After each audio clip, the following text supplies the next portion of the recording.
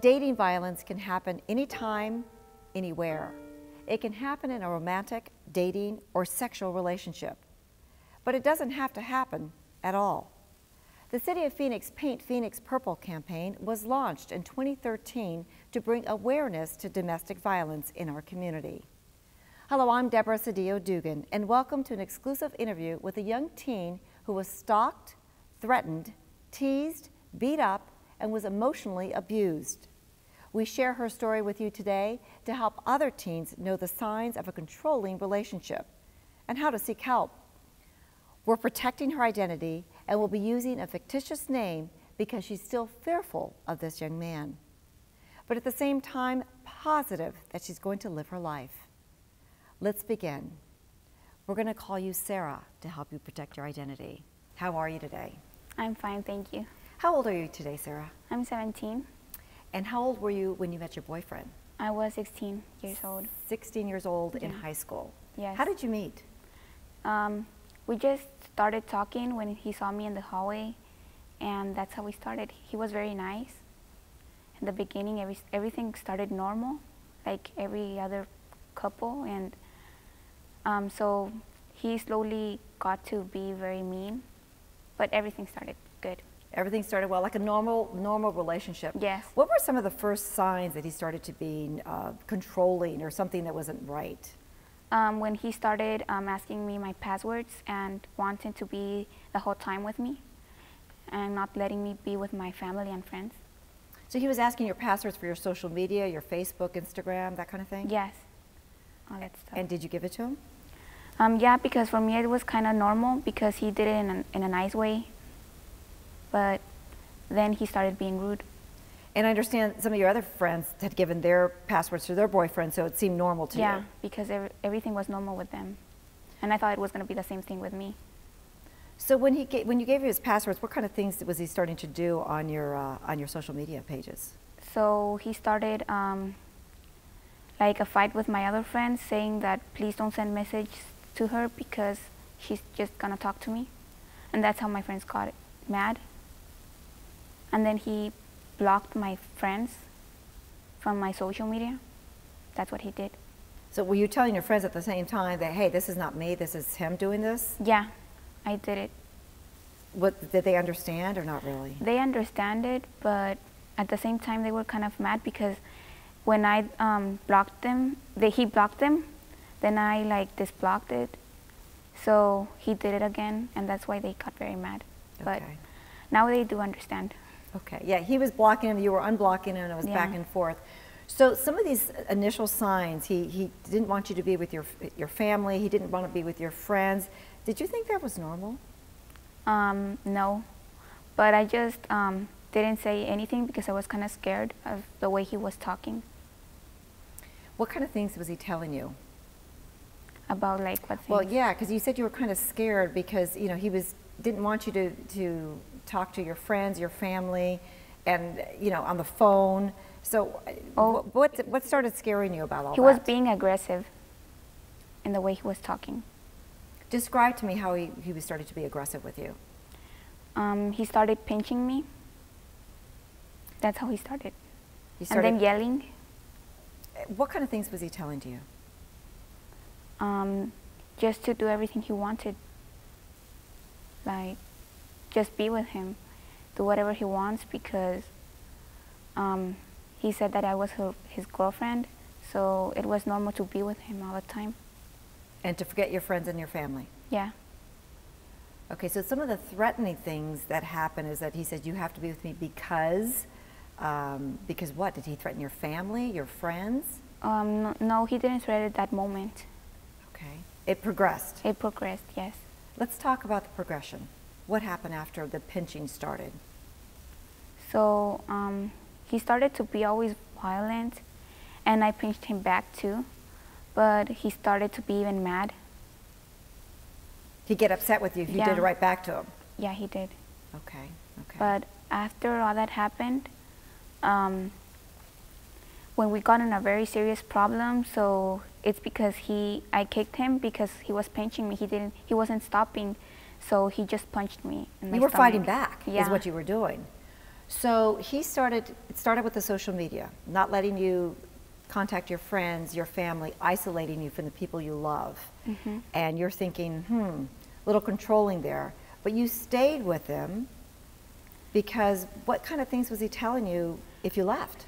So he was saying that I always try to cut with him. Break up with him? Yeah, because I was scared about the way he was and I didn't like it anymore. But he was like controlling me, saying that he was scared about losing me because I was everything he had, that his family wasn't there for him. I was the only person that cared about him. So I felt bad about him and I just forgive him about all he did. And he said like, I'm sorry, I really love you. I'm gonna be a better man. I'm gonna start being better, I promise. And he didn't. Like, at the next day he was normal again, but started the progressive thing again until getting very violent. So it got violent. And the same thing with the phone calls. If he saw you talking to somebody, he'd want to know who you were talking to and why were you talking to somebody. Let's talk about the stalking part, going to the light rail and going to your home and your family's home and school. Talk about some of that little background on him as well. Okay, so we got the restriction order after that, but he never stopped. He was still trying to talk to me. Then when I was going to school, he was always in the light rail waiting for me, telling me to ditch, to not go to school, because he really needed me, that he wanted to talk with me, he missed me. But I never did what he wanted, so that's why he was getting very mad. He was stalking me. He was stalking you, but at the same time, you're going to high school, you're trying to be a good student, go to classes, he's trying to tell you to cut classes, hang out with him. You don't want that to happen. No. So there was an incident that, you talk about getting a restricting order on him, a restraining order, if you will, on him. And that happened at high school because of a particular incident. Can you share that with us? Like, when you were in math class and what happened? Yeah, so I was very scared. I didn't want to talk about that. I just talked about that with my friends, and then my friends were like, why do you let him do all that things? And I was like, I really try to get that away, but he doesn't let me. He just like has something that makes me feel bad about him and just go back. And then they convinced me to talk to the teacher, and I talked to the teacher. The teacher helped me talk to the counselor, to the police, and I even got help from the advocates. The Family Advocacy Center. Yes.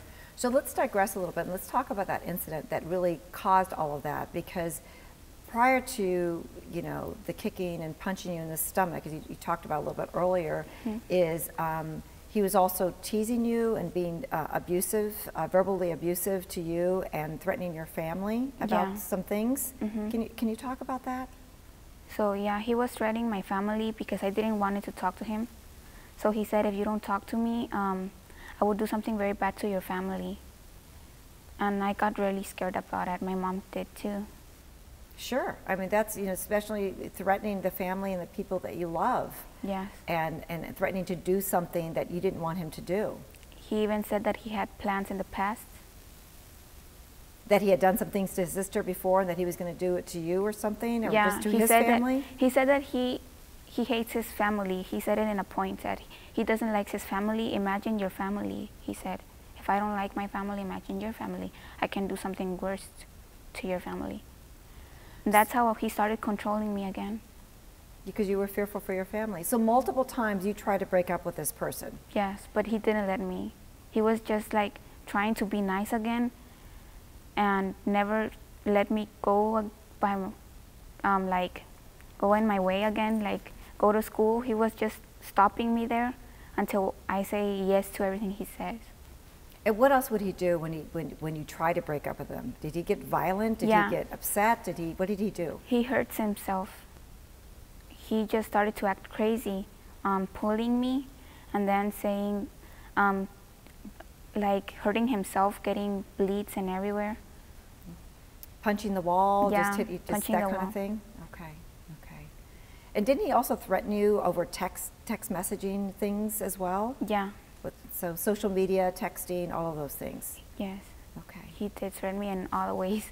In so many ways. And it was kind of, like it wasn't, I didn't really understand that because I'm like the kind of person that doesn't let that people can do whatever they want with me. Like I'm not gonna say, oh yeah, I'm gonna be the person that you can do whatever you want with me. But in that case, it was so hard to be me because he was controlling everything I was doing. Even though I wanted to do, not be the person that lets people do everything they want to me, he was still doing something so I can do whatever he wants, even though I was trying not to. And really in the back of your mind, you think that you're protecting your family because all the horrible things he said that he could do to your family. Yeah, and even though I told the police, he wasn't scared about the police. So the incident in school, you're in high school and he wanted you to cut class. Yes. And not go to class. You went to class and then he kept texting you to get you out of class. Can you give us the details of that again and really kind of walk us through what happened that day? Yeah, so that day we were not fighting, but I was trying to break up with him. So he got very like sad, he was crying, but at the same time being violent. So I said, I'm gonna stop right here. I'm not gonna say yes again because I know the process that he has. So, but then he really started messaging me again when I was in my class because he didn't want me to go to class. So I just went out to see what he wanted because with the excuse of going to the bathroom. Mm-hmm. But then in the way, I didn't saw him right away, but I saw a friend and he just kind of say hi and we kind of like hugged each other and he saw us and he got very mad. That's why he threw me to the wall and started pinching me. That's why I pinched him back. He never stopped it, so I punched him in his stomach and that's why I kicked him and he punched me. Okay, you're defending yourself. Yeah. You're defending yourself from somebody who's been, so then and then that's when you went to the teacher who went to the counselor. Yeah. Okay. What did the counselor tell you? They just started asking me if I was well, if I was scared. They were saying that they can help me in whatever I need, that they were there for me. And then they started saying what was right and what was wrong. Correct. Well, this is all good. So you got the restraining order, and then tell me, he was arrested? Yeah, he was arrested after a lot of time being... Not this particular incident, but he was arrested later on. He was arrested later on. So, okay, this incident happened, you got the police involved, your parents are now involved, and so he's kind of let go, because everybody says, okay, maybe he's not going to do it again kind of thing. But what happened after that? He didn't let up, did he? No, but then, so he got very upset about it because we were trying to say that to the police and he was sending messages saying, oh, you try to be the victim when you're not. He was trying to make me feel bad, like I was the wrong one, not him.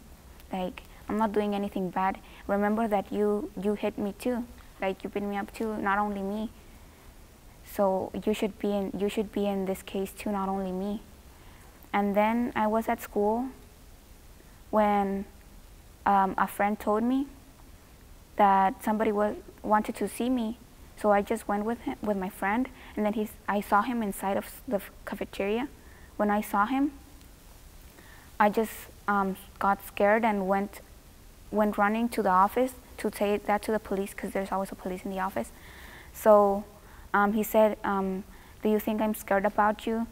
If you really care about your family, please tell your mommy that if you want your brothers to be okay, to go and pick them up, because I'll do something very bad to them. So that's how the police arrested him, because they saw the camera at school and saw him going back, following me. Yes. That's how he got arrested. Good. And he spent some time in jail. Yeah, he spent. So tell me today, what's the relationship? Where are you today? So today I'm fine. I feel like everything's going normal again. I think he stopped because he got scared about being in jail. Because he had to spend some time in jail. Yeah. So, but I'm still kind of scared about it because we don't know if he's still planning stuff, because I know that he's very, like, very violent. But he just stopped and I feel good about it. And And you're back in school? Yeah, I'm You're back in school, and he's not, because he was expelled, is that correct? Yeah, he was expelled for the rest of the time. Well, this is good. And the happy ending is that you've realized and understood that this is not okay. It's never okay. Yeah, I It's understood never that. okay. So Now I know, yeah, now I know how to stop everything at the beginning. When I see the signs, what's happening, the red flags, I can see now Excellent. to stop it Excellent. in time before, after everything starts going on again. And I know that not everybody is the same.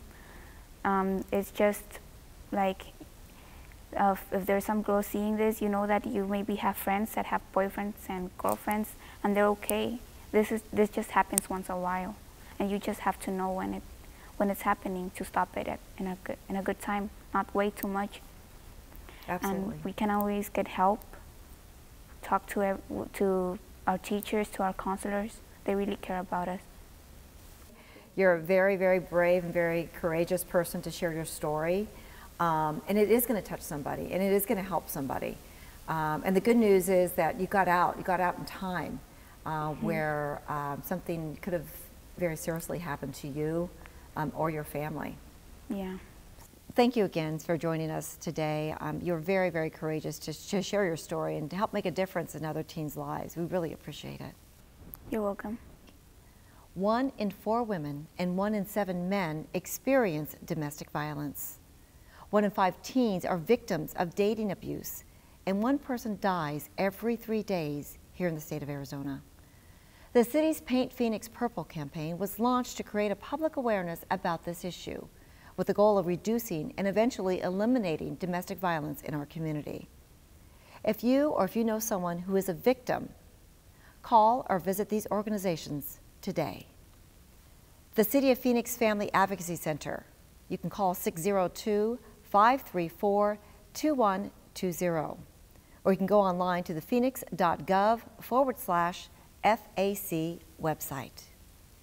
The Arizona Coalition to End Sexual and Domestic Violence. You can call 602-279-2900, or you can go to their website at acesdv.org.